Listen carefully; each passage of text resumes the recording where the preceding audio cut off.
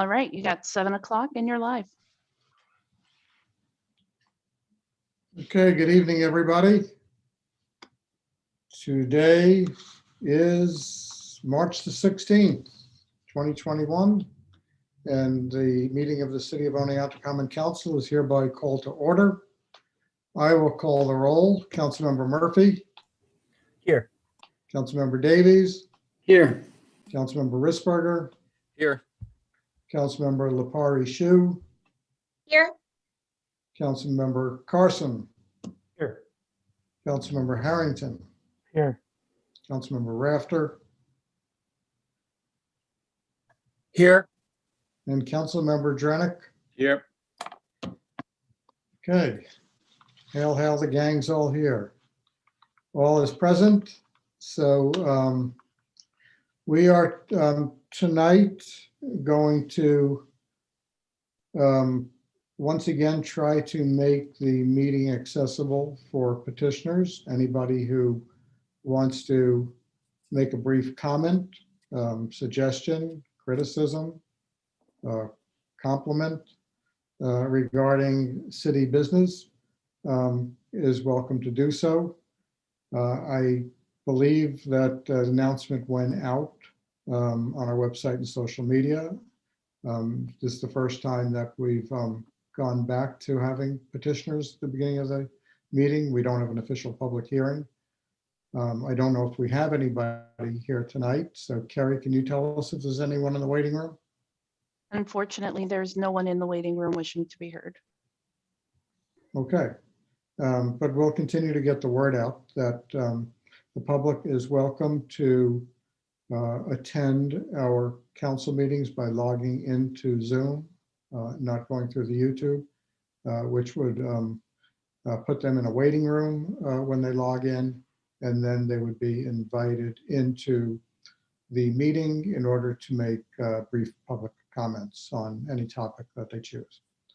Next week, next meeting, which won't be for 3 weeks, it'll be the first week in April, we may have public hearings scheduled as well, depending upon the outcomes of a couple of the motions we have on tonight's agenda. Excuse me.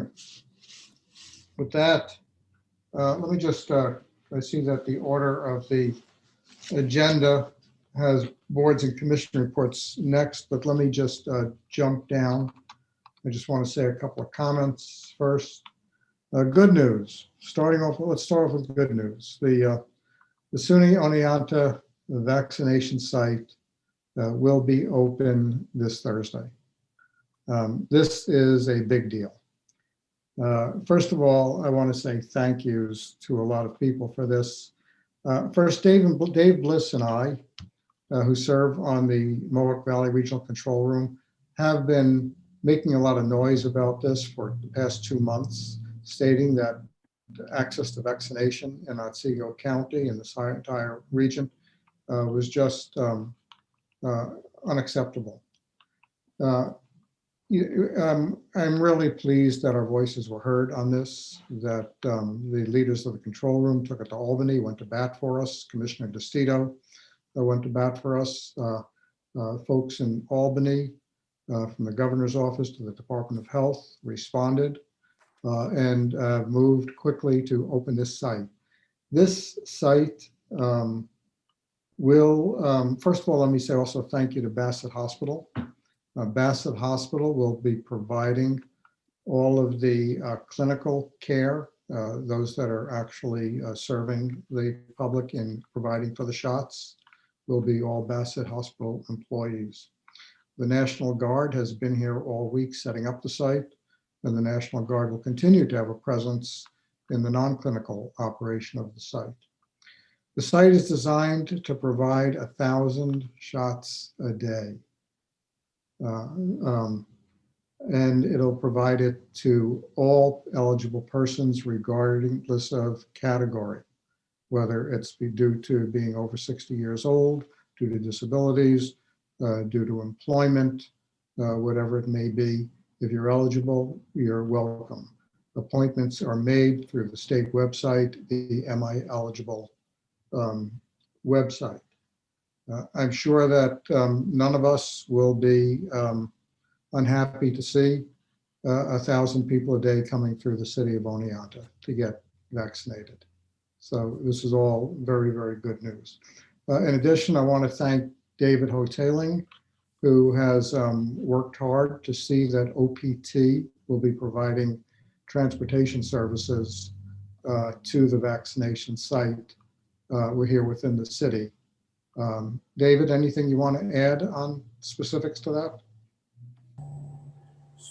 Specifics are coming. We'll be working hard tomorrow to put the final details together, and then we'll get it to Carrie and hopefully get it put out there on social media and on the website. Yeah, so thank you for your work on this, David. You know, this really is a game changer for not only Oneonta, but for the entire county. Being able to vaccinate this many people, you know, for the weeks and months ahead is really going to make a big difference in our ability to fully open successfully and safely this summer. So it's a big, big step forward for us. And also, let me thank Dennis Craig and his entire team up at the college because without their support for this, of course, it would not have happened. But they embrace this, even though it's a lot more work for them. They get nothing out of this other than they're doing something good for the local community. So they've taken on a big responsibility in coordinating the opening and operation of this. And they've not only said yes to doing it, they also helped advocate for getting it opened at the state level. So a big thank you to Dennis Craig and the SUNY team up there. Along with this, we're seeing other changes as we move forward this spring. Starting this month, I think next week on most of these, we're seeing changes into the New York State guidelines for arts and entertainment and social gatherings. Arts and entertainment will now be permitted to have 100 people participating indoors, 200 people outdoors. And if people come with proof of a negative test, there can be 150 people indoors and 500 people outdoors. Masks and social distancing will still apply. Residential gatherings, this is outdoor residential gatherings, can now be effective Monday, 25 people. Has been 10 up until now. It'll be 25. That means private residence, front yard, backyard, porch gatherings can now be up to 25 people. It remains 10 people indoors. Non-residential gatherings can now be 200 people outdoors, 100 people indoors. Now, with warmer weather, between COVID fatigue and spring fever, we're going to see more get-togethers. And that's part of the transition to post-COVID. And we know that many of them will be young people, undoubtedly. City laws, whether it's regarding noise levels or underage use of alcohol, will still be in effect, as well as behavioral standards as established by both colleges. We will work closely with both colleges in communicating clear and consistent message as to what is permissible and what is not. So things are changing. That is good.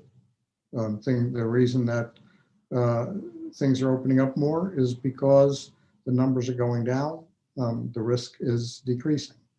It's not the time to just completely relax, but it's time also to accept that we are moving forward and we're going to start to see more gatherings. But we are starting to see the light at the end of the tunnel. And I believe with the vaccination site here, with the capability of vaccinating 1,000 people a day, um, we can have good reason to look forward to a successful summer this year. So that is all very good news. I'll be happy to take questions from anybody or anything that anybody has to add to that.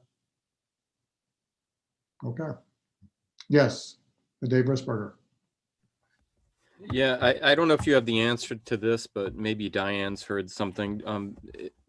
Is Bassett doing anything, or do they have any plan in mind to try to get the word out to their patients about the vaccines? Because I know that there's a segment of the population that is very hesitant to get the vaccine. I've met quite a few people at work that aren't going to do it.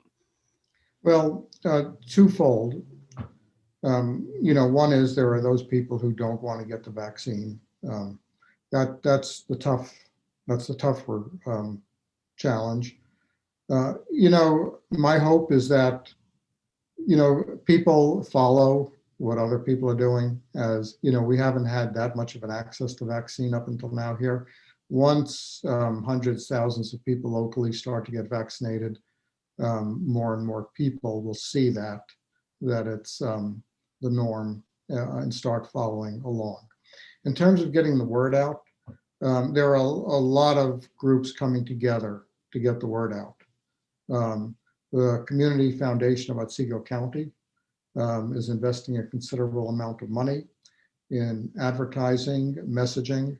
They're working in partnership with Office for the Aging, Opportunities for Otsego, numerous other social, I think hospice, a whole list of social service organizations have been coordinated by the Community Foundation of Otsego County to get the word out to the populations that may not have access to computers, may not have access to transportation. They're also arranging for volunteers to assist to make appointments on computers for folks that don't have them or internet access, as well as to provide transportation.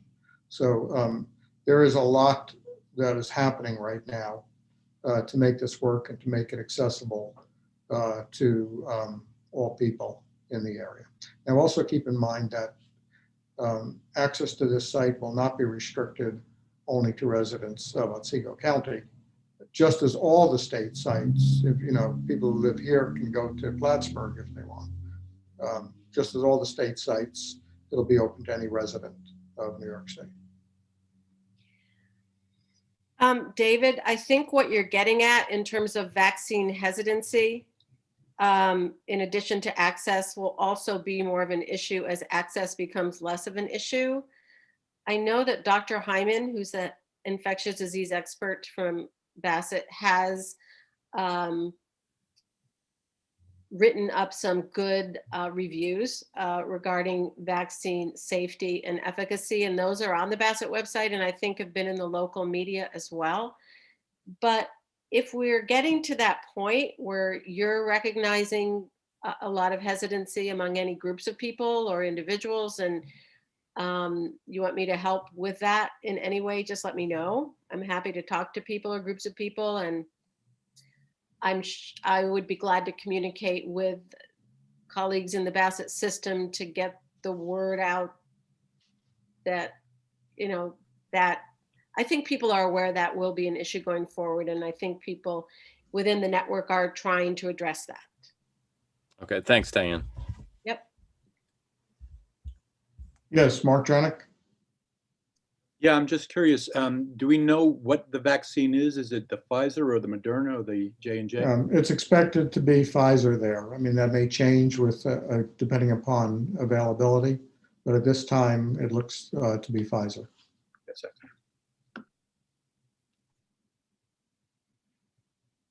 Okay, if there's no other questions, look, it's been a year. Nothing has been easy. Transition out of COVID will not be easy, but we've succeeded so far and we will continue to do our best and get there. Okay. With that, next on the agenda are board and commission reports. I have two boards listed, Environmental Board and Board of Public Service. Start with the Environmental Board. Councilmember Davies, do you have a report for us? Yes, I do, Mayor. Thank you. The Environmental Board met on March 10th, and they welcomed a new member. So Kathy Palak has now joined the board. And then they got down to the business of kind of organizing themselves with a almost entirely new board. And they now have several standing subcommittees. So they have a transportation subcommittee, urban forest, community engagement, energy, and public spaces. So that will be the configuration of the board with the different subcommittees moving forward. And that's all I have to report. Thank you. Any questions? Any questions for anybody, from anybody? Yeah, Len Carson? So Mark, ultimately, how many folks will be involved with the environmental board from the different subcommittees? Well, the board members will be split over 1, 2, or sometimes 3 of the different subcommittees, but they're certainly open to and welcome to, if there are members of the community who would like to get involved in one of these particular subcommittees and work on them, they're certainly open to that. So I think you can certainly have folks, working on these subcommittees together. That's good. Thank you, Mark. Yep. Okay, if there are no other questions. Board of Public Service, and now would be Councilmember Drenick. Do you have a report? Yeah, I do. So the Board of Public Service met on March the 11th. Old business was 1012 Forest Avenue, smoke detector fire alarm certifications fee appeal. That is tabled for the second time, so the owner can attend. So hopefully that'll happen next month. New business, we had 64 Elm Street and 59 Elm Street, both the same landlord, both the same problems, electrical violations, fee appeal. The contractor apparently did the work on time, but he didn't file the paperwork. So pending receipt of the documentation, the appeal was granted. 34 to 36 Luther Street, snow and ice removal fee appeal.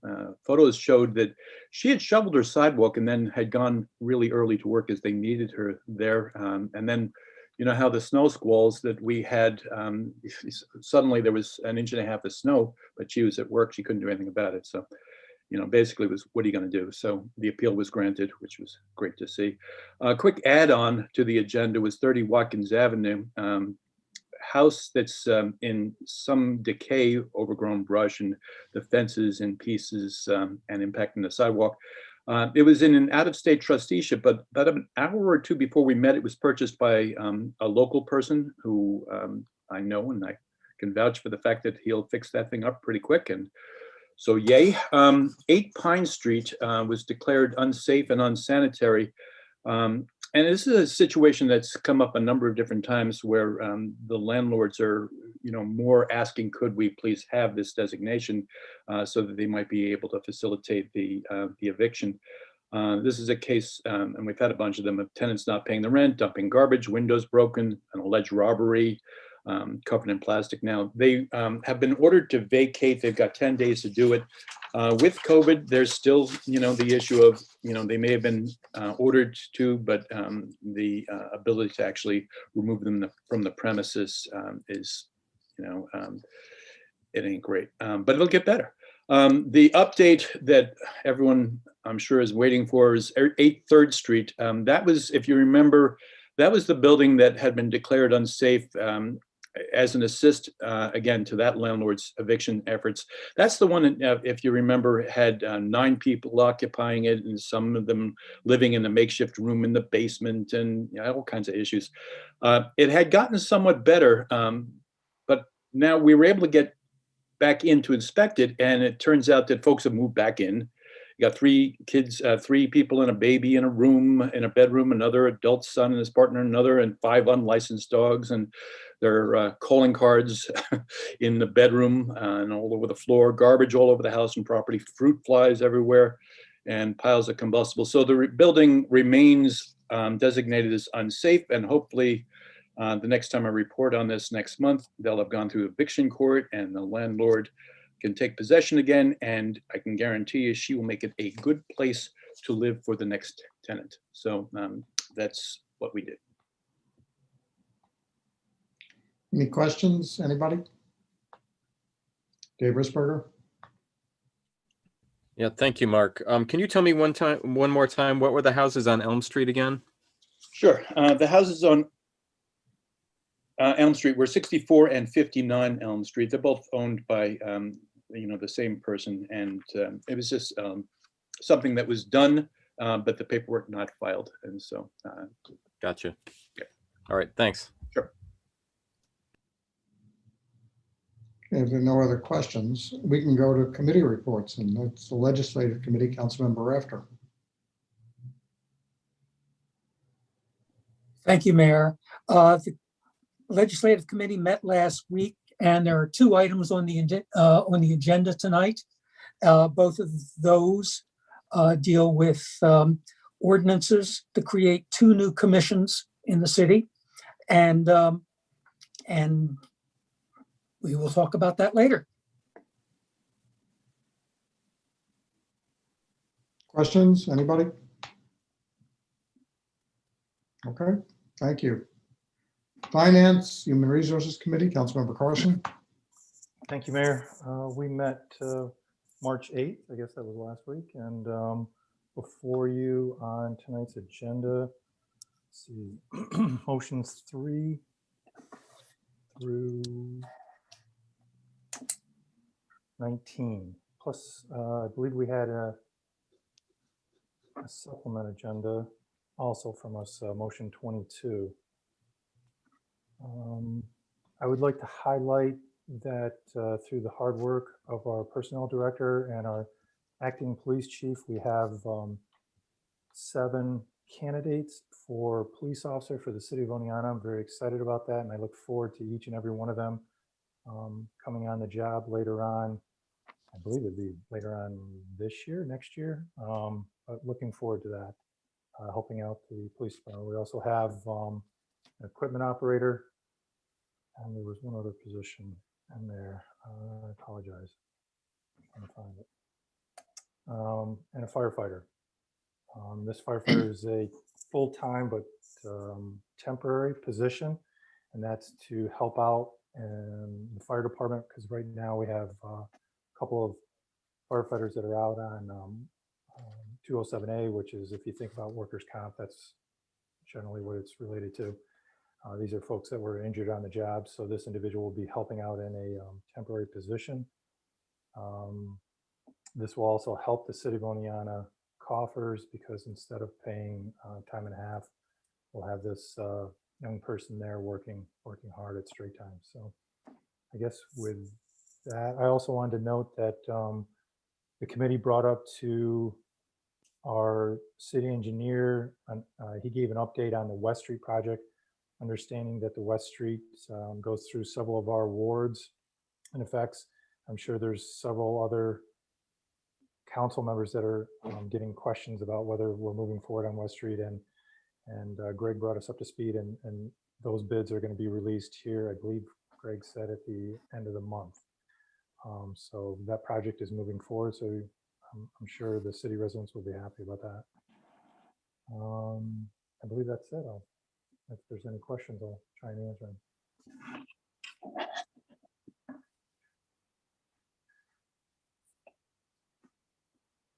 I'm not seeing any hands raised for questions. So thank you very much.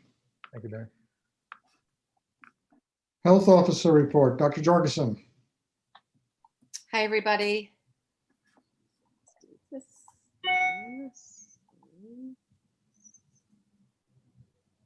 all the way here.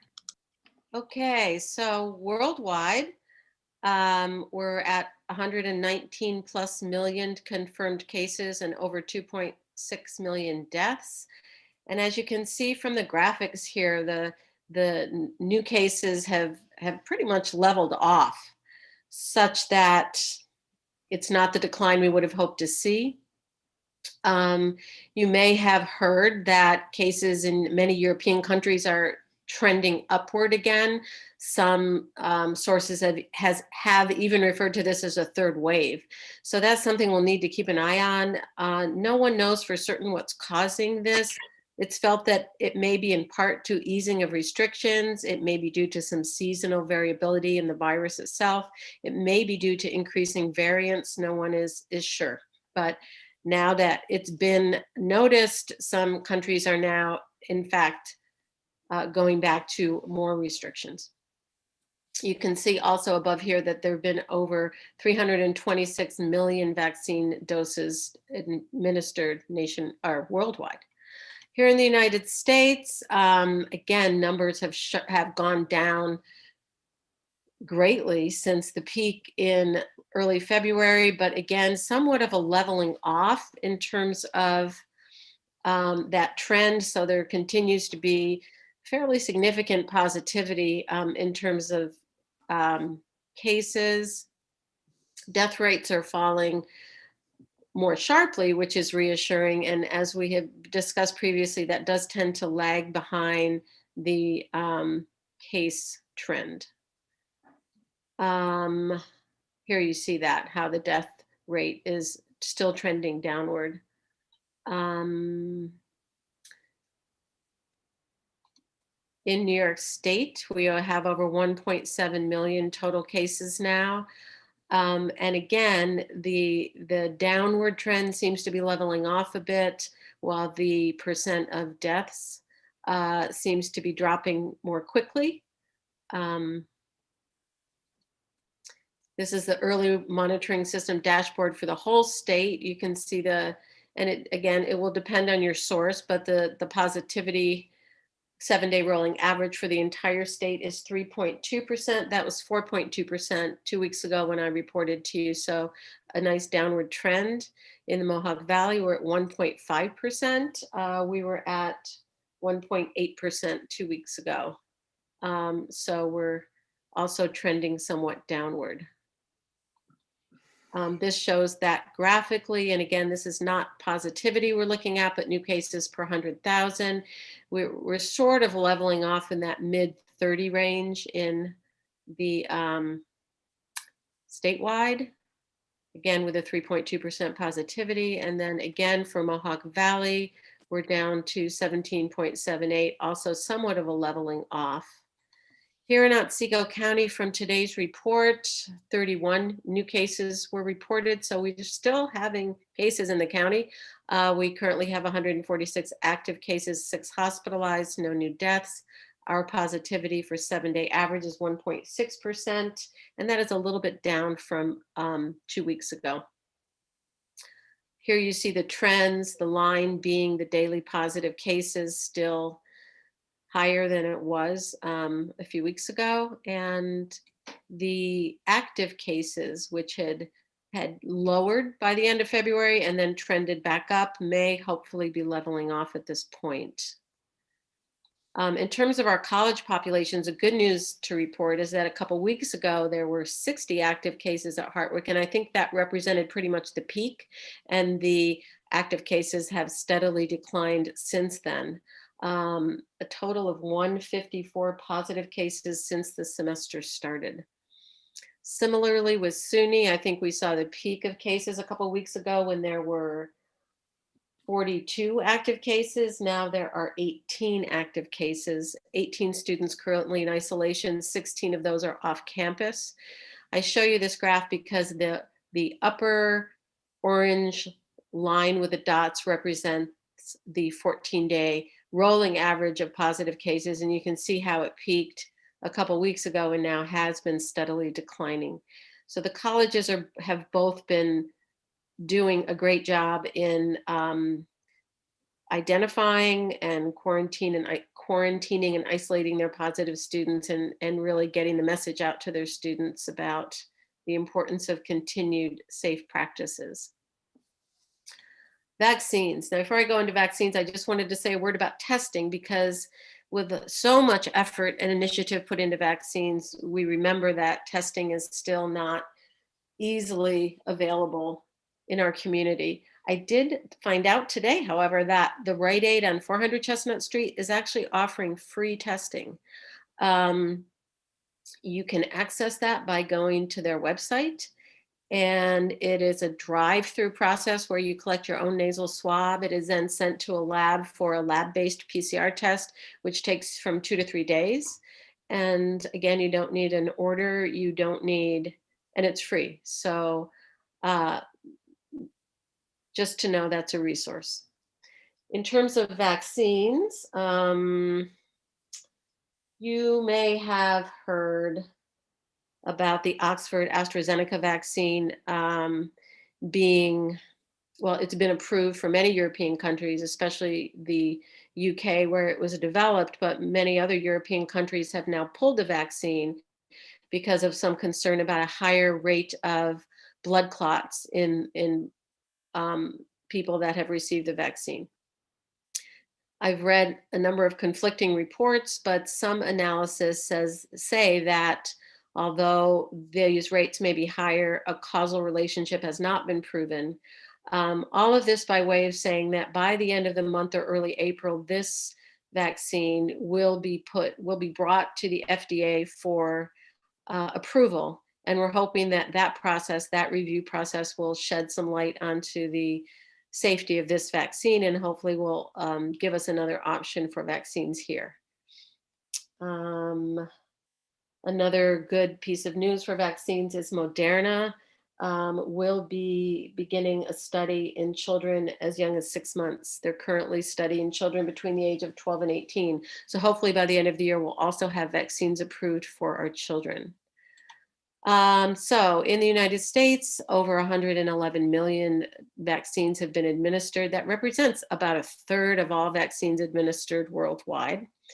21.7% of persons have received at least one dose, 11.8% are fully vaccinated.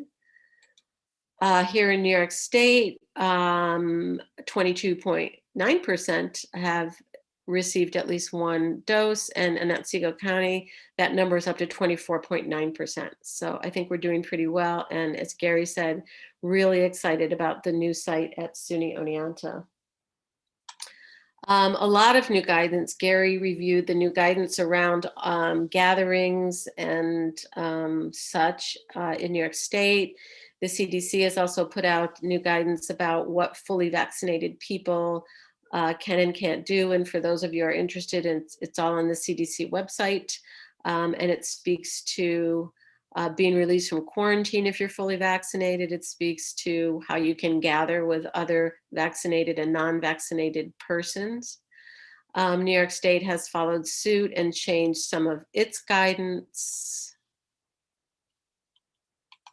I guess that's my last slide, but anyway, New York State has also changed some of its guidance in terms of quarantine, in terms of its travel advisory, and all of that can be found on the New York State website as well. So that's pretty much my report, and I'd be happy to take questions.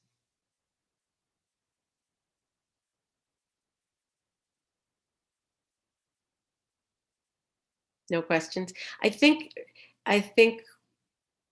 what I'd also like to say, which I've said before, is that, you know, we're getting to that bright point of time where we may be able to do more, and more of us will be vaccinated. But, you know, locally, we're still seeing significant positivity in the county. And I think it will be very important to continue to be vigilant in terms of mask wearing and distancing and all of that, at least for the next few months.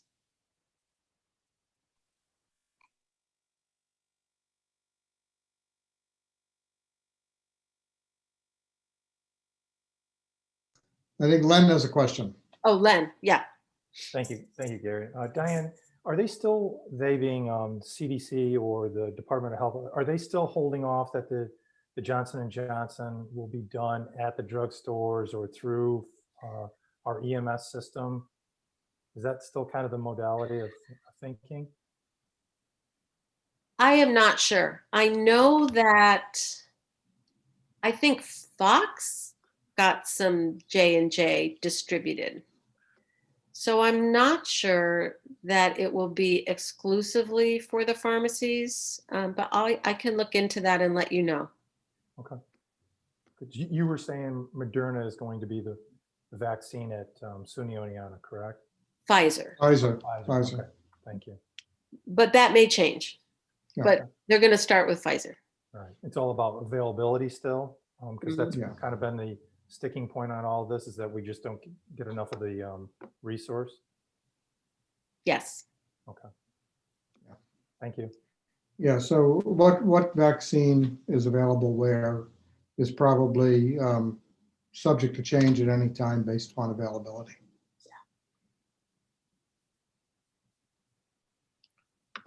Okay, good. We also have the COVID task force report. Who is going to provide that? Is that going to be Katie? Hey, Mayor. Good. Thanks. So our COVID task force work group, we celebrated our first birthday this last week, which, you know, it seems like it's impossible that it's been a year. So we met last Friday. We discussed a variety of usual operational topics, including an update similar to what Dr. Jorgensen provided to everybody here. Of course, you know, our primary topic of conversation operationally is about vaccine eligibility and availability for different employees based on their classification through the 1A and 1B, you know, eligibility criteria. So we're doing everything we can to help eligible employees, connect them with appointments where we can. Other than that, we're just continuing to keep an eye on our PPE and disinfecting supplies. We seem to be doing well there. So after discussion, I wanted to mention too that we, the group agreed to move from a bi-weekly meeting to a monthly meeting. It kind of seems like we're in status quo for now until, you know, we really start to come up with, you know, reopening plans to get us back to normal. Of course, we're going to continue to meet as needed as the situation changes, but you probably won't hear an update from us for the next month. I was pleased to hear that this approach, you know, earned us some credit from Acting Chief Mancini, who said that that means that the task force as a group passed Incident Command 101, which just means that, you know, you meet as the needs wax and wane. So I was very thankful for that endorsement from Acting Chief Mancini. So unless there are any questions, I have nothing further to report.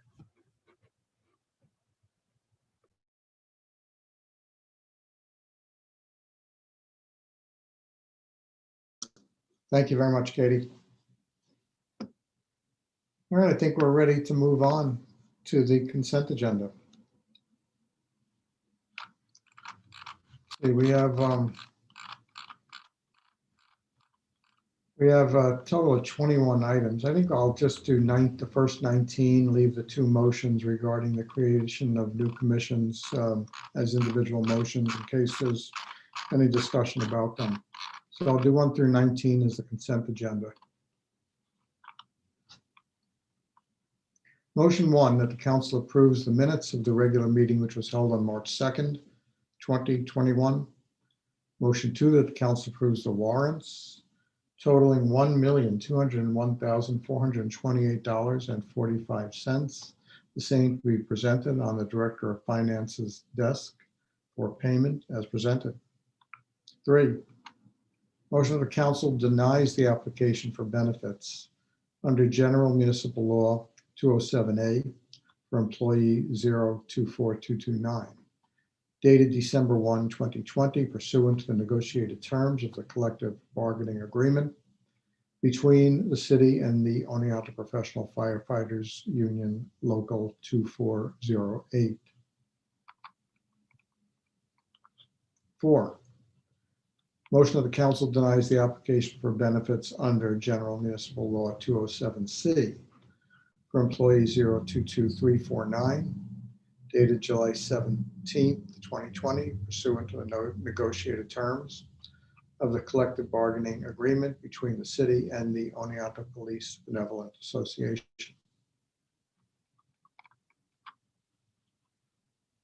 5, motion that the council appoints Jeffrey Mundrick temporarily to the position of full-time firefighter.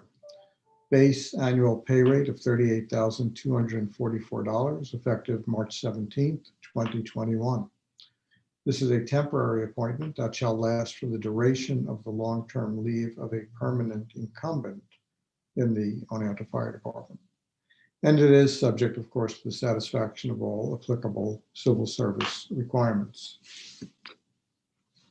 6, motion that the council appoints Nolan Van Zandt to the position of heavy equipment operator. This is effective March 17th, 2021. The base salary is $34,265 and is subject to the satisfaction of all applicable civil service requirements. 7, motion that the council appoints Michael Angelotti to the position of police officer, effective March 22nd, 2021, base salary of $40,000. This is subject to the satisfaction of all applicable civil service requirements. 8, motion that the council appoints Christian Cooper to the position of police officer, effective March 22nd, 2021. Again, base salary of $40,000, subject to satisfaction of all applicable civil service requirements. 9, motion that the council appoints Bryce Cohout to the position of police officer, effective March 22nd, 2021. Again, base salary of $40,000, subject to the satisfaction of all civil service requirements. 10, motion that the council board appoints Michael Padula II to the position of police officer, effective March 22nd, 2021, salary $40,000, subject to satisfaction of all applicable civil service requirements. 11, a motion that the council appoints Carson Pokar to the position of police officer, effective March 22nd, 2021, salary $40,000, subject to the satisfaction of all applicable civil service requirements. 12, motion that the council appoints Thomas Steinberg to the position of police officer, effective March 22nd, 2021, salary $40,000, subject to the satisfaction of all applicable civil service requirements. And 13, motion that the council appoints Carolina Stipolkowski to the position of police officer, effective March 22nd, 2021, salary $40,000, subject to the satisfaction of all civil service requirements. Motion 14, motion that the council adopts the Oneonta Public Transit Bus Driver Sign-On Bonus, effective April 1st, 2021, as presented. 15, motion that the council adopts the boot allowance policy for eligible part-time employees, effective April 1st, 2021. 16, motion that the council approves an amendment to the 2021 fee schedule for the community gardens plot. Fees as follows: a 10 by 22 garden plot, $25 for city residents, $50 for non-residents, and the other smaller size plots would all be at $15 for city residents, $30 for non-city residents. 17, motion that the council authorizes the mayor to enter into an MOU with the Oneonta Job Corps Academy. This is for the performance of various cement mason activities for the period of April 1, 2021 to April 1, 2024, subject to review by the city attorney. And let me just say we greatly appreciate the Oneonta Job Corps members for their work in doing some of our curbs and sidewalks. They gain valuable training. We gain new sidewalks and new curbs. 18, motion that the council authorize the mayor to sign an annual licensing agreement with the American Society of Composers, Authors, and Publishers, better known as ASCAP, out of Nashville, Tennessee. This would allow public performances by means of live entertainment or mechanical music of musical compositions in the ASCAP repertory. This would become effective April 1, 2021 through March 31, 2022. And thanks to Mark Drenick on that for bringing the sounds of music to Main Street. And 19 is motion to approve the 2021 budget transfers totaling $20,587 as presented per the attached report. So I will end the consent agenda there and take any requests to remove any of those items. Councilmember Murphy? Thanks, Mayor. I think motions 3 and 4. Gotcha. Any other requests? Okay, I'll entertain a motion to approve the consent agenda minus items 3 and 4. Councilmember Risberger moves it, second by Councilmember Murphy. I'll call the vote. Councilmember Murphy, Aye. Councilmember Davies, Aye. Councilmember Lepari-Shu. Oh, I should have said Risberger, shouldn't I? Councilmember Aye. Risberger, Councilmember Lepari-Shu. I think you're muted. Still muted. No, you're still muted. There you go. Thank you. Councilmember Carson, Aye. Councilmember Harrington, Yes. Councilmember Rafter, Aye. Councilmember Drenick. Aye. Okay. Consent agenda passes unanimously, less items 3 and 4. Let me scroll back up, see what those are. Okay, 3 and 4 are both in relationship to the 207A and 207C benefits. These are for everybody's information. New York state law requires that if either a police officer, which comes under 207C, or a firefighter, which comes over 207A, are injured in the line of duty, that they receive full pay for as long as they are out. That's a simplified version of it. We'll take them one at a time. Do I have a motion to approve motion number 3? Councilmember Murphy, second by Councilmember Harrington. Discussion. Thanks, Mayor. I think the reason I pulled these two was just because I'm not 100% certain of the specifics, and I'm not sure if I should call an executive session to get more details, if that would be appropriate. Yes, I believe it would be. Would you Okay. agree, Katie? So if you want to ask for an executive session, you may make a motion to do so. And if it's seconded and approved by the council, we would go into executive session. Ready. I'd like to propose a motion to go into executive session. Do I have a second? Councilmember Drenick. All in favor, please just raise your hand. Okay, I see. I think I have unanimous. So with that, Carrie, we need the magic transponder.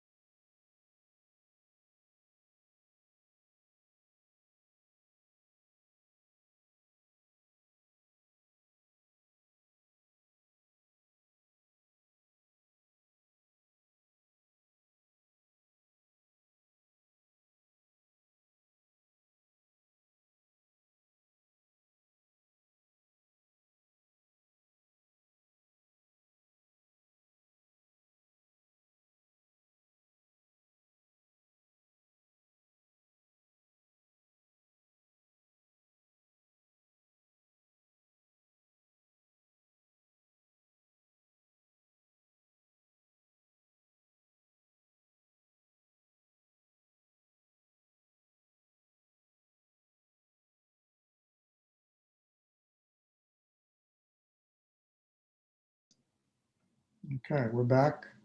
Everybody's here. Remember the days when you went into executive session, everybody who was in the room who wasn't part of the executive session had to get up and walk and get outside? Back in olden times, Gary? Yeah. It's remarkable what a year will do. Okay, so with that, we do have a motion on the floor. That is motion number 3. And I think that it was Councilmember Murphy who moved that. I believe we had a second as well. I don't recall who seconded Councilmember Drenick. Was that? So is there any further discussion on it? If not, I'll call the vote. Councilmember Murphy, Aye. Councilmember Davies, Aye. Councilmember Risberger, Aye. Councilmember Lepari Shu, Aye. Councilmember Carson, Yes. Councilmember Harrington, Aye. Councilmember Rafter, Aye. Councilmember Drenick. Aye. Okay, that passes unanimously. Now I'll entertain or I'll ask for a motion to approve motion number 4, which has to do with the 207C application. Councilmember Carson makes the motion, second by Councilmember Harrington. Discussion? Okay, I'll call the vote. Councilmember Murphy, Aye. Councilmember Davies, Aye. Councilmember Risberger, Aye. Councilmember Lepari Shu, Aye. Councilmember Carson, Aye. Councilmember Harrington, Yes. Councilmember Rafter, Aye. Councilmember Drenick. Aye. Councilmember Drenick. I'm sorry. Aye. Okay, good.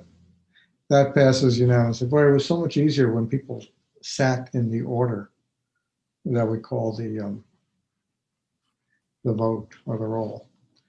Okay, so that concludes all of the items that were on the consent agenda. Let me just take a moment to congratulate our 7 new police officers.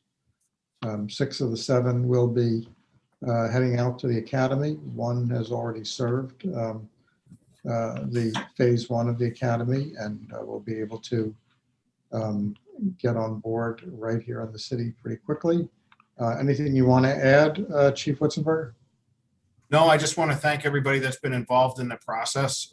This has been a difficult year for the department, and this is going to make a very bright light at the end of a pretty dark tunnel. So I think that this is going to be a good thing for us moving forward, and want to thank all of you for all you've done to help us out. Thank you. Now I have 2 additional motions. Motion 20 is motion that the council adopts the ordinance to create chapter 158 of the Code of the City of Oneonta, and it is entitled the City of Oneonta Housing Commission. This was laid electronically on the desk of the Common Council on March 8th, 2021. It would amend certain provisions of the Code of the City of Oneonta for the creation of a housing commission of the City of Oneonta. Do I have a motion to approve? Councilmember Murphy. Do I have a second? It looks like Councilmember Davies. Discussion? Councilmember Murphy. Yeah, I would just like to say I'm very excited for this. I think it's going to go a long way in helping with a lot of the housing ills in the city, and I'm excited to vote for it. And thanks to the folks who wrote it and got it on the floor. Councilmember Risberger. Yes, I'd just like to say, after having various housing commissions over the last 10 years, and we all know, based on the results of those commissions, the uphill battle we have with our housing stock. So I think this is something that's really needed, and I look forward to having a permanent commission to help city staff deal with the issues that we have. Okay, if there's no further discussion, I'll call the Oh, vote. Oh, I'm excuse sorry. me. Go, I'm sorry, John Rafter. I continue to be unhappy, so to speak, with the findings and purpose and the way it's stated. It tends to be a summation of what the problems are, and made in a way that it's very assertive about saying this is what the problems are. And I would have preferred that it be more in line with some of the other commissions that have briefer, less prescriptive definitions about what the purpose is. And that's an issue I have with it. Aside from that, I'm very supportive of having another advisory commission help with getting ideas and getting things to the fore. And I think that the things that are mentioned here are all very legitimate. And if we were to preface things with, for example, and then even reference the other housing studies we have done and even the comprehensive plan. But that's my concern about it's not in line with the way we have written up the purposes of other committees, and that's that. Any further discussion? If not, I'll call the vote. Councilmember Davies. I'm sorry, wrong order again. Okay, all right, let's go back. Councilmember Murphy. Aye. Councilmember Davies now. Aye. Okay. Councilmember Risberger. Aye. Councilmember Lepari Shu. Aye. Councilmember Carson. Aye. Councilmember Harrington. Yes. Councilmember Rafter. Except for my grade on the opening paragraph, yes. Councilmember Drenick. Aye. Okay, that motion passes unanimously. I want to thank Mark Davies, Dave Risberger, who took a lot of leadership on this, entire planning committee who moved forward with it. I think it's an excellent step, and thank those who put the effort into it.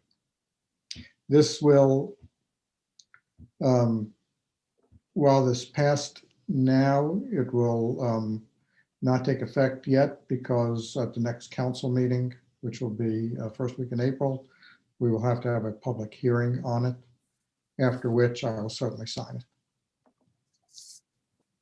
And now we go to motion 21, motion that the council adopts the ordinance to create chapter 8 of the code of the city of Oneonta, entitled Public Arts Commission, which was laid electronically on the desk of the Common Council on March 8th, 2021. This would amend certain provisions of the code of the city of Oneonta for the creation of a public arts commission for the city of Oneonta. Do I have a motion to approve? Councilmember Drenick, Councilmember Lepari Shu seconds, and discussion. Councilmember Murphy. I would also just like to say I think this is another great commission, especially as we're developing into more and more of an arts hotspot in the region. I think it makes good sense to have a commission that aids and works with local artists. Councilmember Risberger.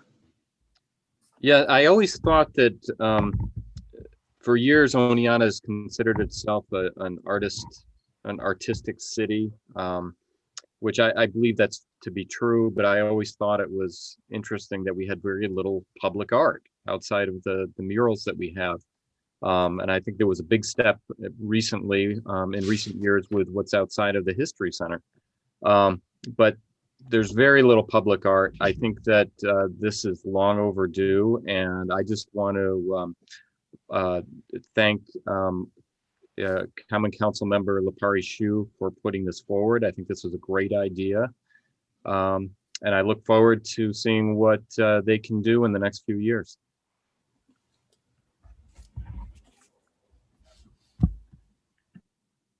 Councilmember Rafter? Yeah, I have a couple of questions about language that talks about the this committee approving a number of things, and it's not advising the council on things to do, and it seems to be giving a power that would be reserved for the council. The other, the last piece of it is that if the commission makes decisions about pieces of art, it would be either up to the city, using the articles 78. I'm familiar with this from the zoning commission. If somebody disagrees with a zoning decision, or excuse me, a denial of a variance, they have the right to sue the city. Or if the city disagrees with something that the zoning board has done, we get to sue the zoning board or sue ourselves.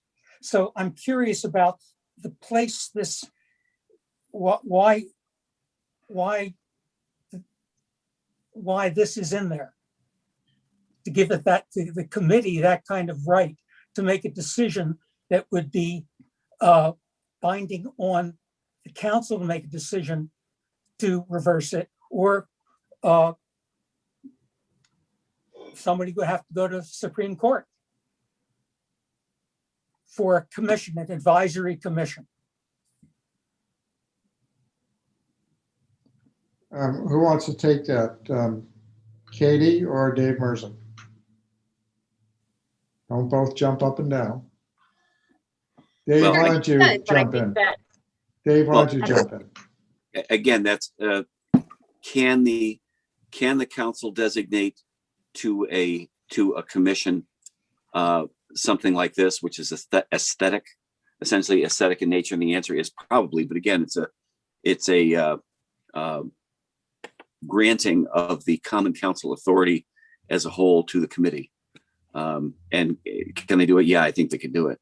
To John's concern, if the common council ever takes an action that's contrary, that someone believes is illegal or improper, then anyone, including a council member, has the right to bring an Article 78 proceeding against the council as a whole. So John, I think it's legal to do, but it's a philosophic question as to whether or not the council wants to do that. Where it's not philosophic is lawyers need to be paid. This is an effort that needs to be taken. These commissions are advisory in nature. Historically, they have been. That's correct. Historically, and that the group that's able to do this is zoning and variances, and those are binding. We can't do anything about that. We can't reverse anything the zoning board does.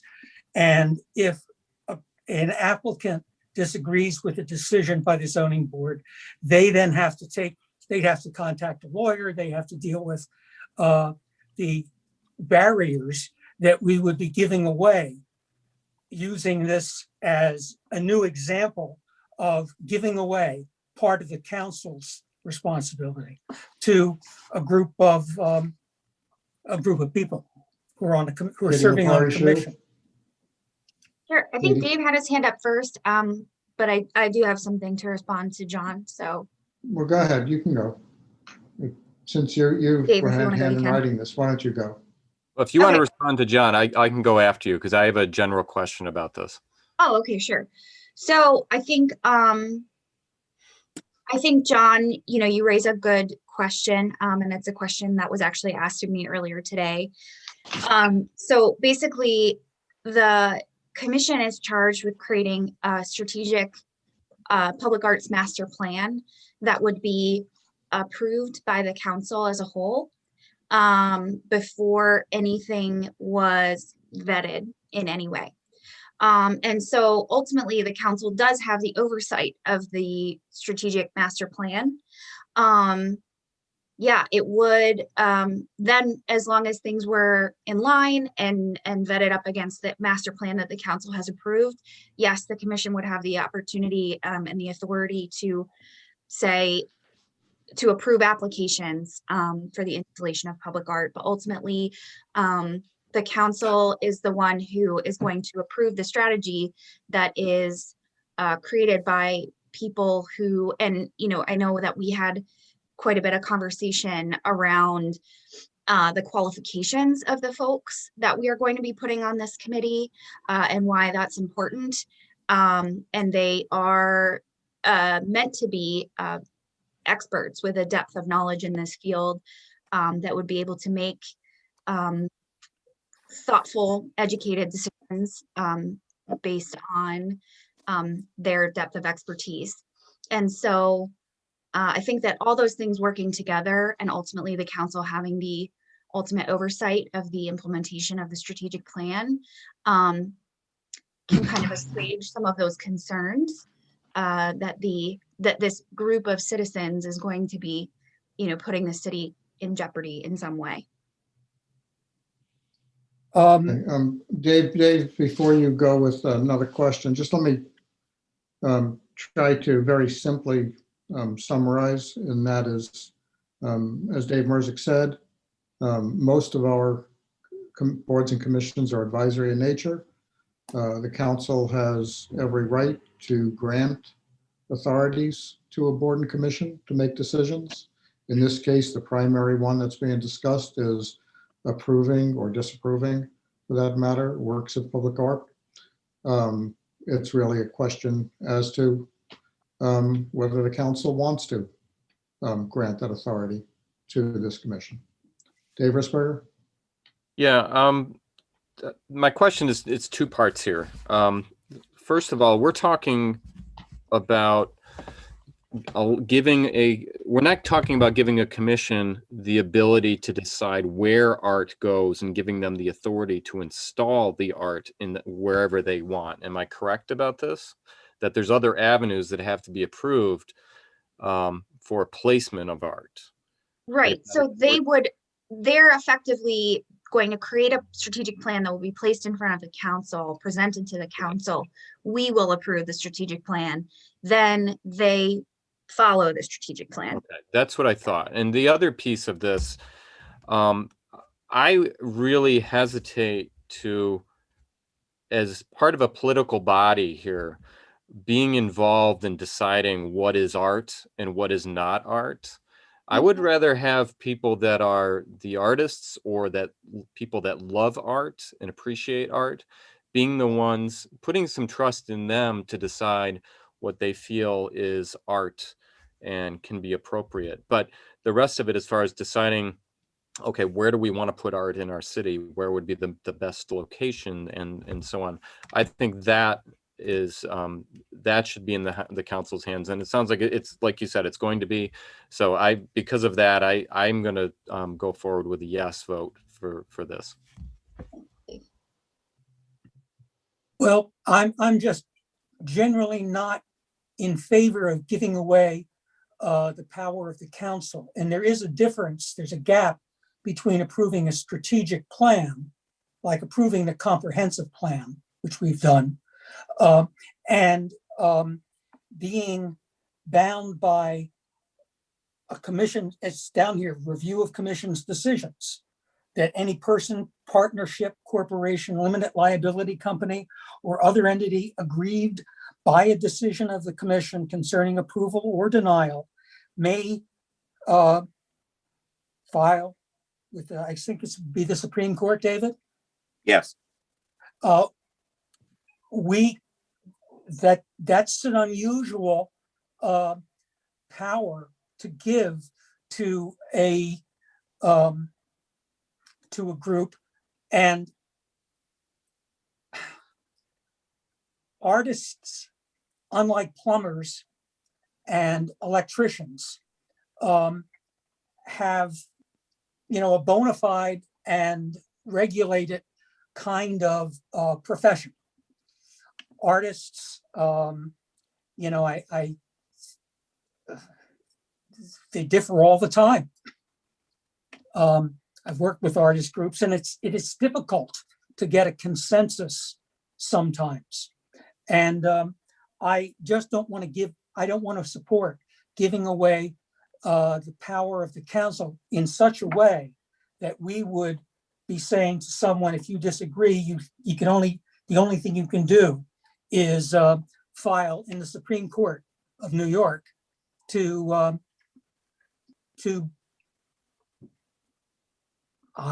voice your disagreement. And I think that to me, that's a bit of a distinction. I'm not a lawyer, nor am I an artist, but I don't know very much about art, but I know what I like. And as someone once said, John, so does a cow. So I'll let that go. But I don't want to give away the power of the council to agree to a strategic plan in such a way that we are now legally bound to support them in defending, even again in Article 78. So I would vote against it because of that particular concern. Okay, I think Councilmember Carson had his hand up next. Did, Mayor. Thank you very much. I share this concern with John, and I also took the opportunity to talk with Councilmember Lepari-Shu this afternoon. And I'm just wondering if there's a little room for a concession in subsection 8-7, the powers and duties. It would be number 4, what John is referring to, and now myself. This master plan, the public art master plan, is this something that Dave Mersey, could you help us out with, that maybe we could have wording in there that says that the council approves on an annual basis the public art master plan? Is there something for that wording that we could take a look at this? And that might make John and myself feel a little bit more at ease. I'd also like to raise the fact that the council has the power to look at this document at any moment, any time, revisit it and make addendums to it. Just because it's part of or been codified doesn't mean we can't take a look at it again. But David, is there some kind of word that we could, or words that we could put in number 4 of subsection 8-7 that would say that the common council could approve the public art master plan on an annual basis? Sure. Again, the form of the legislation is up to the consent of the common council. But also, as you say, once assuming it's codified, just like any other commission, the council can modify provisions of the ordinance at any time by majority vote. So just as we're creating it now, it can be amended by the council at any time. But could you put that in so it has to be annual approval? Sure. Katie, is that something that would work well within your document? Well, no, but I do think that it is, so they are required to annually present to the Common Council. They're basically what they've been working on and where they hope to go. And so I think that that is already sort of built in.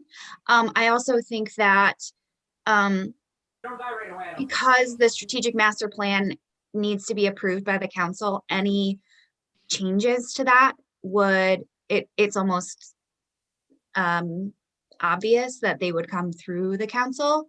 So I don't know. I don't know that it's necessary to say every single year the council's going to look at it, because it could change more than that. It could change less than that. I think that the key would be council involvement. I don't think that there's anything in the legislation that excludes council from being involved.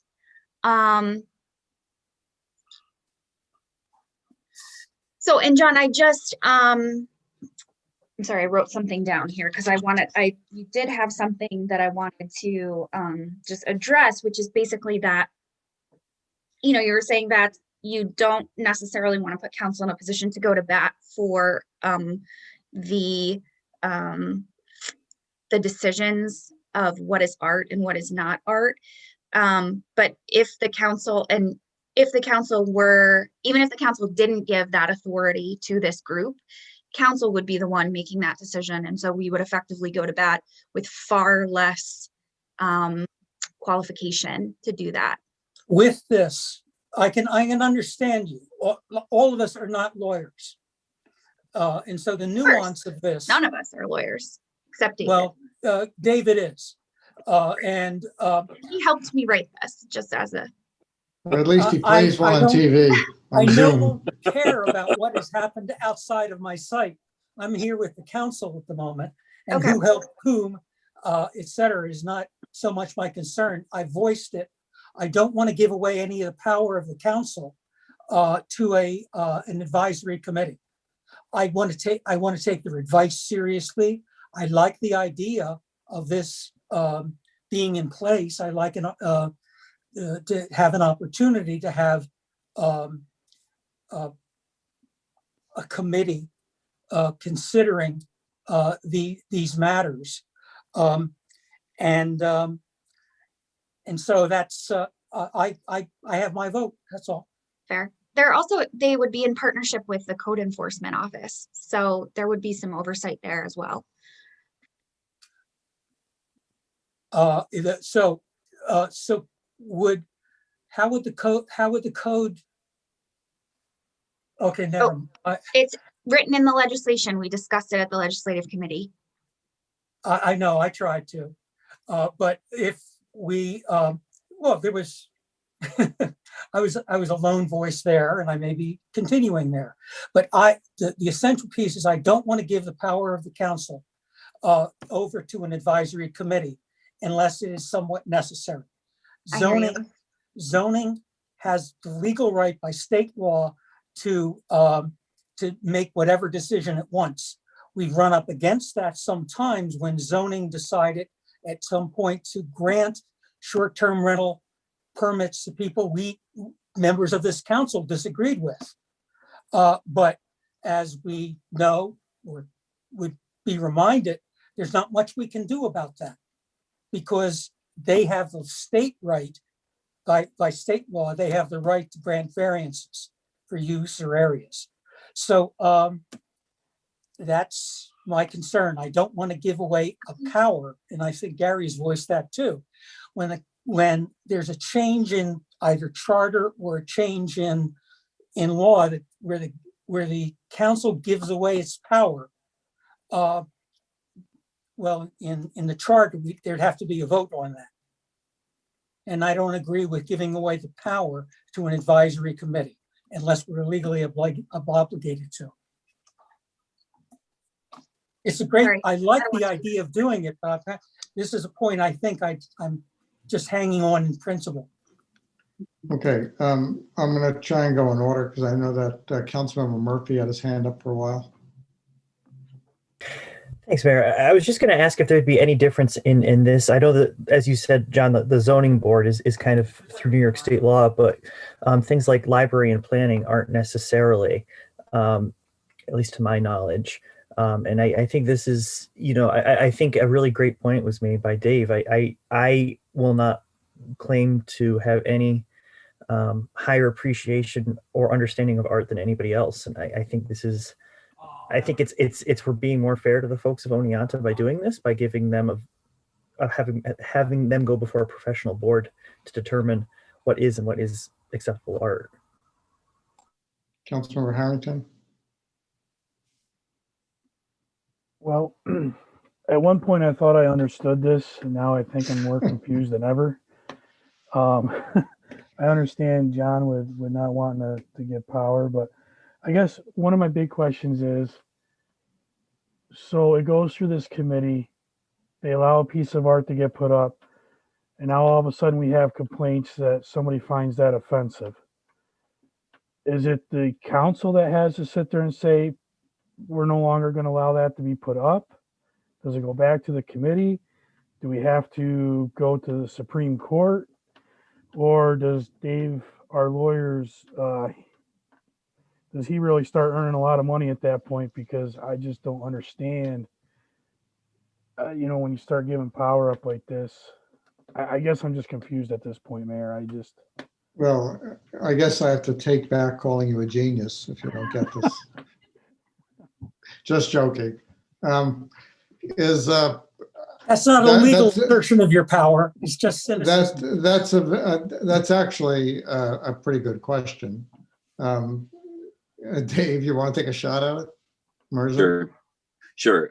What the commission is going to be given, and again, although I did not, I did massage the language. I didn't generate it. It comes from other model statutes in other municipalities that have art commissions. So the language has been tested in other municipalities. What it does is it makes a commission who will then, as Katie has mentioned on several occasions, to establish a master plan to promote art in the community as a whole. Once the master plan is put together and they make determinations in accordance with the master plan for the placement of public art, they do have an aesthetic power.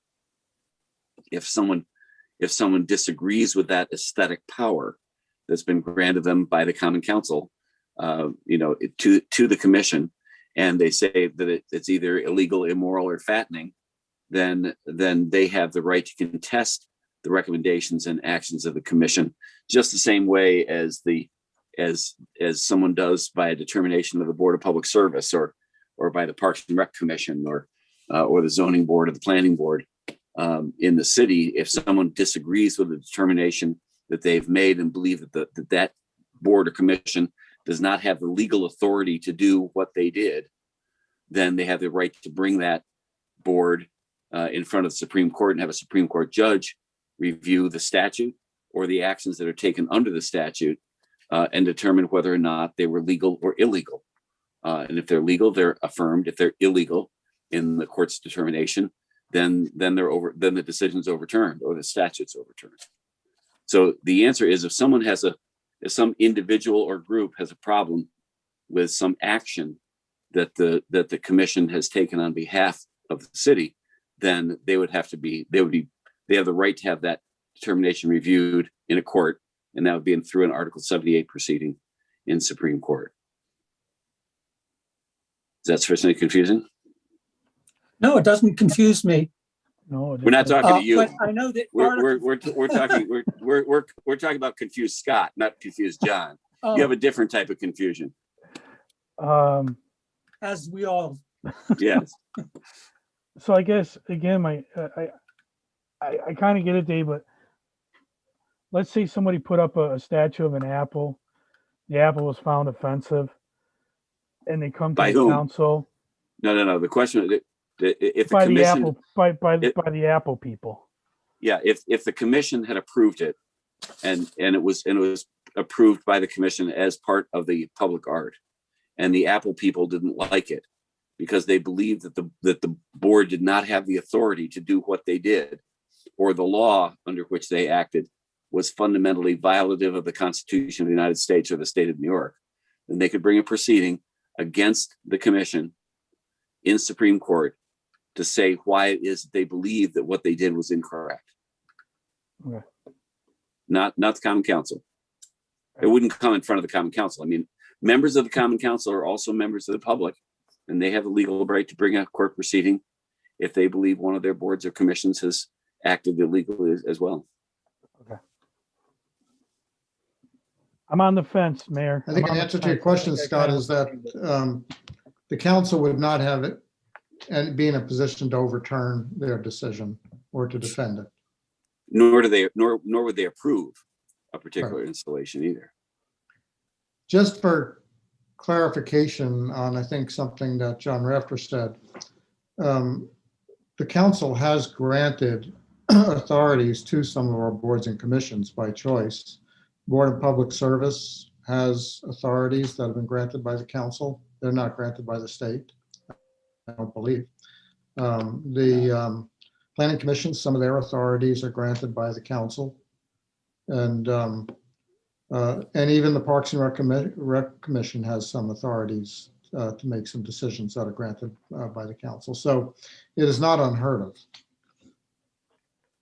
I just, since Mark you're Davis? citing the Planning Commission, I believe that we had made some decisions about believing that the Planning Commission had already decided that we would lose parking places by one alternative, and therefore they wouldn't have it, and we were stuck. Well, actually, two different things here. The seeker is, they are granted, they have the authority to conduct the state seeker. But I believe the site plan review is ultimately the authority of the councils, which has been granted through our code by the council to the Planning Commission. And correct me if I'm wrong on that, David. That's correct. If we had no planning commission, the obligation and job of the planning commission would be by the common council, but the common council is smart enough to create a planning commission so that we don't have to do site plan reviews on top of everything else that you already do. But once delegated, pull it back. I think Mark Davies was looking to say Well, something. thank you, Mayor. David, this is a clarifying question for you. So if we took John Rafter's logic out further and we put the power into the hands of the council to make these decisions about individual displays, the review of the commission's decisions, that whole Article 78 would still come into effect based on the council's decisions, correct? Now, rather than just the commission's decisions, it would be the council's decisions. Is that correct? Yeah, if the council an Article 78 proceeding is brought against the ultimate decision maker. So if the decision maker was the common council would be the defendant. If the commission made the ultimate determination, then the commission would be the defendant. But again, different hats, same result. Thank you.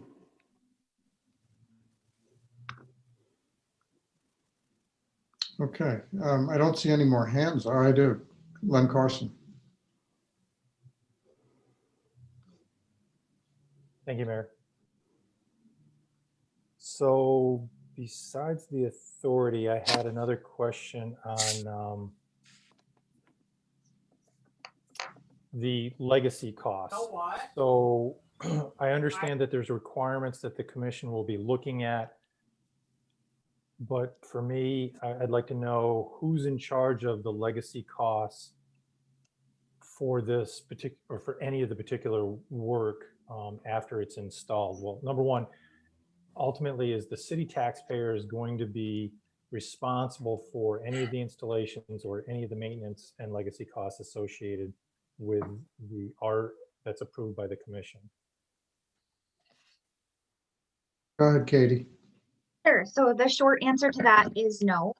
The idea would be that this commission would, and it's written into the legislation, that they would be responsible for identifying sources of funding for installation and maintenance of the art. This isn't the city funding public art, although it's not precluded from doing that if it chooses.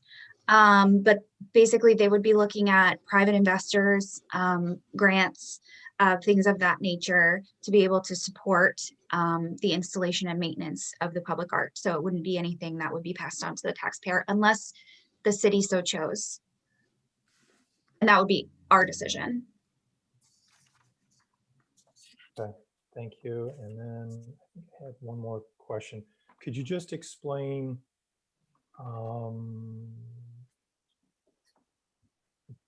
it's subsection 8-2, the applicability of the property. It says that to all property in the city of Oneonta, residential, commercial, and otherwise, but shall not be applied to the land that is owned by the county of Otsego, the state of New York, or any other public authority.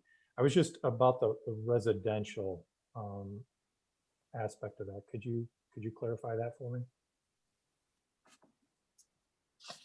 Sure. Would you like me to do that, or David Merzig, would you like to do that? Yeah, it's up to you. Again, I think it simply says that it applies to the city, to property in the city. It does not apply to any property that's owned by any other governmental entity, but within the boundaries of the city. It doesn't mean that someone can put up a statute on somebody's front lawn. It just means that it just like zoning has jurisdiction over the entire municipality. I assume that's what Katie had in mind. Yes. That it doesn't kind of pinhole the use of the public owned property, but it is exclusive to public owned property. And that statement is just, as David said, to define city owned property versus any other entity. Okay, thank you for that clarification. And then Yeah, I wanted question. to circle back to the master plan. Is there any way that that could be reviewed more than just the initial time? Because the way I read this document is that once the council approves the master plan, the initial time, we basically will have no say thereafter. Am I understanding that correctly? That's not my interpretation. It reads to me like the council has oversight over the master plan, and so changes that are made to it would be made with council approval.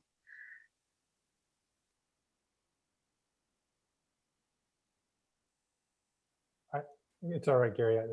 Luke and others have questions. Okay, Scott Harrington. I think this will be my last question, I hope.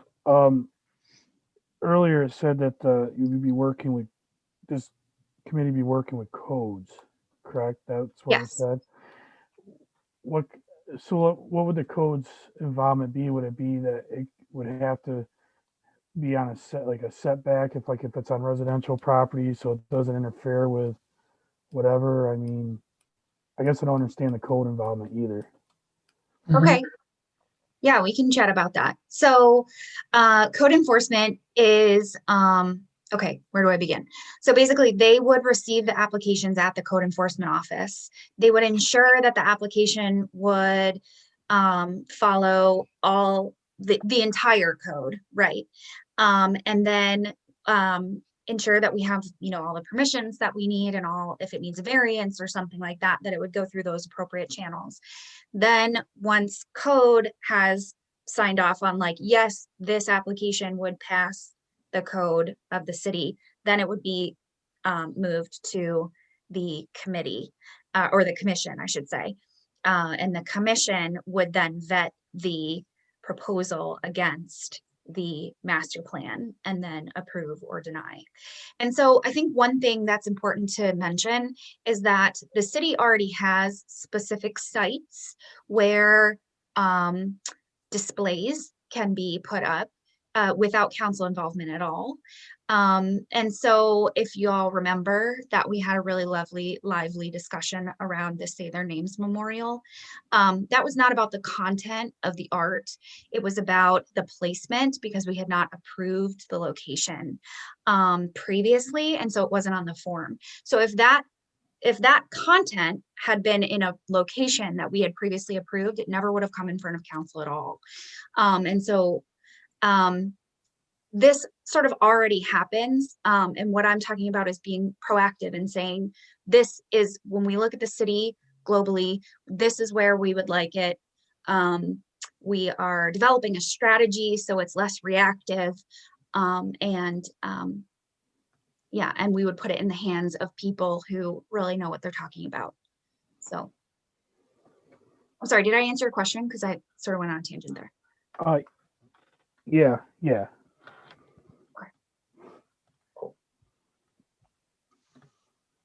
Luke Murphy, I think you had your hand up. I did, Mayor, but I think if I'm the last one, I think this point might be redundant. Okay. Is there anybody else? I'm not seeing any hands up, so I think we're ready to go to vote. I will call the vote. try to get the order correct this time as well. Councilmember Murphy, Aye. Councilmember Davies, Aye. Councilmember Risberger, Yes. Councilmember Lepari Shu, Aye. Councilmember Carson, Yes. Councilmember Harrington. He looks frozen there. We'll pass Scott for a minute. We'll go to Councilmember Rafter. To quote Benjamin Franklin, we will hang together or hang separately. So I'll vote yes. Councilmember sorry. Harrington has melted, so your I turn to think I'm vote. back. I'm not Yeah. going to let him, I'll change my vote if Scott votes no. You've already voted, too late. Councilmember Harrington, I was out of order. You were wrong. Yes. Okay, yes. Councilmember Drenick. Enthusiastically, yes. Okay. So that passes. Thank you. Again, I want to say thank you to Katie Lepari Shu, who took the leadership on this. I know she's worked on it for several months now. Well done. Thank you. Appreciate it, Katie. Thanks for your support, Mayor. Now, again, just like the the previous motion that was approved, this will not take effect immediately. There'll be a public hearing on it at the first meeting in April, after which, of course, I will sign it and it will take effect. So 2 good steps forward. Thank you all. And let me get back to my agenda here. Oh, we have a supplemental agenda, which just came to me before the meeting. So we have a motion 22, motion that the council approves the purchasing agent's recommendation to award the bid for the 2021 wastewater treatment plant digester cleaning and equipment replacement project 2021-004 to the lowest responsive qualified bidder, which is Eastman Associates of Oneonta, New York, for the amount of $241,066, subject to review by the city attorney. Do I have a motion to approve? Councilmember Carson, second by Councilmember Risberger. Discussion? If there's none, I'll call the vote. Councilmember Murphy, Aye. Councilmember Davies, Yes. Councilmember Risberger, Yes. Councilmember Lepari Shu, Aye. Councilmember Carson, Yes. Councilmember Harrington, Yes. Councilmember Rafter, Yes. Councilmember Drenick. Aye. Okay, that passes. Thank you. Now, let me just get back to the screen with the main agenda. That concludes the agenda. Is there any additional business or items for discussion? Councilmember Lepari Shu. Sure, I just have 2 things. One is that I just want to provide an update on the Survive Then Thrive marketing committee. We are meeting with IdeaCraft, the agency out of Binghamton, who is handling our Thrive effort. And we are at a place where we are looking to connect with local media talent, specifically Oneonta-based photographers and videographers, to create any additional content as necessary for the campaign going forward. So if you're out there, if you're listening, if you know someone, just send me an email, my city email, which is k.leparishu@oneonta.ny.us, which is also on the city website. As soon as you can, would be great. And then the second thing is just that I am participating in a panel for Women's History Month that is hosted by the Hartwick Office of Diversity, Inclusion, and Belonging. And that is going to be on Monday, which is the 22nd at 6 o'clock. And so anybody who's interested can tune into that. Thanks. Okay, thank you. Yes, Councilmember Carson. Thank you, Mayor. I was just wondering if the council could be updated on the issue that Councilmember Drenick had brought up about a particular business downtown. I guess they were going to do some St. Patrick's celebration that wasn't really in line. I think you and the council member were going to handle that. I couldn't hear what you were saying. You broke up there, Len. I apologize. I'm just wondering if the council could be updated on, Mark had raised a business that was going to do some kind of a St. Patrick's Day celebration that may or may not have been in line. I was just wondering if we could be updated, because the last I knew, you guys were going to go talk to that business. Oh, yeah. What I can tell you is the proprietor in question removed all of his advertising for the month in relation to the holidays of this month. So he took down all of his advertising voluntarily. Okay. Mark, you have your hand up? You want something to add? Yeah, thank you, Mayor. I had a meeting with the proprietor. We met for about an hour or so, and he's going to take a much more low-key and appropriate approach to his marketing over the course of these next several months as we're dealing with COVID, and has actually joined our town gown task force, and actually was a terrific contributor at the last meeting. So we've begun to engage him in a larger discussion, and I have high hopes. So. Thank you. And then Mark, are you planning on doing the outdoor, working with the restaurants and businesses downtown to do the outdoor? Yes, I am at the council meeting. Hopefully, the first meeting in April. I'll provide council with the letters of support and more from the constituency of Main Street, so that we can all feel comfortable about what might be being asked. Right. And I think it's another way of showing our small business owners in at least the downtown area that the council is here to help them and move their businesses forward. Yeah, they've had a very rough year. Oh my gosh, yes, they have. But yeah, so I think most likely at our next meeting, I'll ask the mayor if he might be able to put that on the agenda, and I'll produce that some paperwork for council's review. Thank you, Mark. You might want to, Mark, you might want to put that on the agenda for the planning committee the week before. Yeah, okay. And then it can go from there. That sounds like a plan. Councilmember Murphy? This is real quick, I promise. Katie, would you mind putting the link to the panel discussion maybe on your Facebook page? Thank you.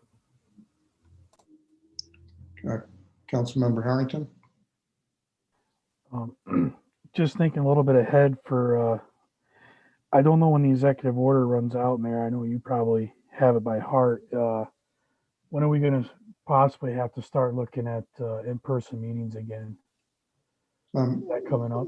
Yeah, no, we don't know. There hasn't been any talk of any not authorizing virtual meetings.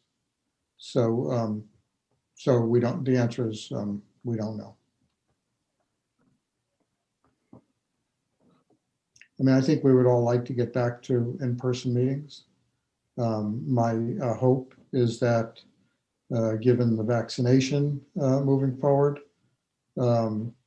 whether a virtual meeting continue to be authorized or not, I would hope that we reach a point in the coming months, perhaps the summer, where we feel comfortable going back to in-person meetings.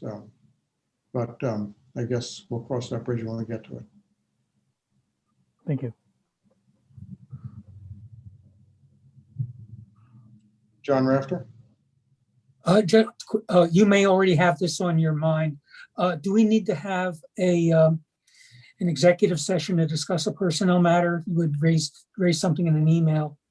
Yes, we do. Yes, yes, that's on. Oh, so we're going to do that. Yeah. Okay. If there's nothing else, Carrie, do you have any correspondence for the council? There is no correspondence. Okay. All right, with that, I'll ask for a motion to go into executive session to discuss one specific personnel matter.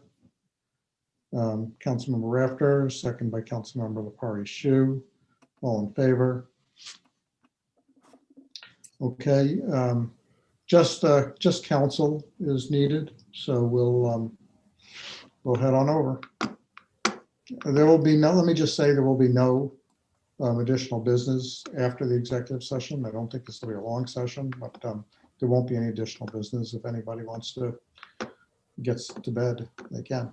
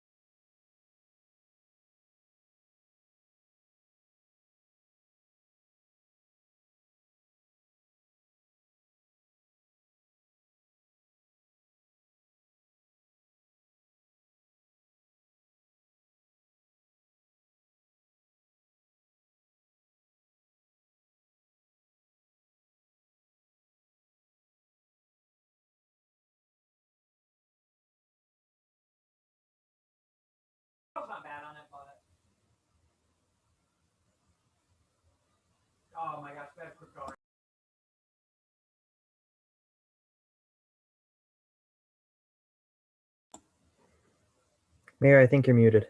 You're muted.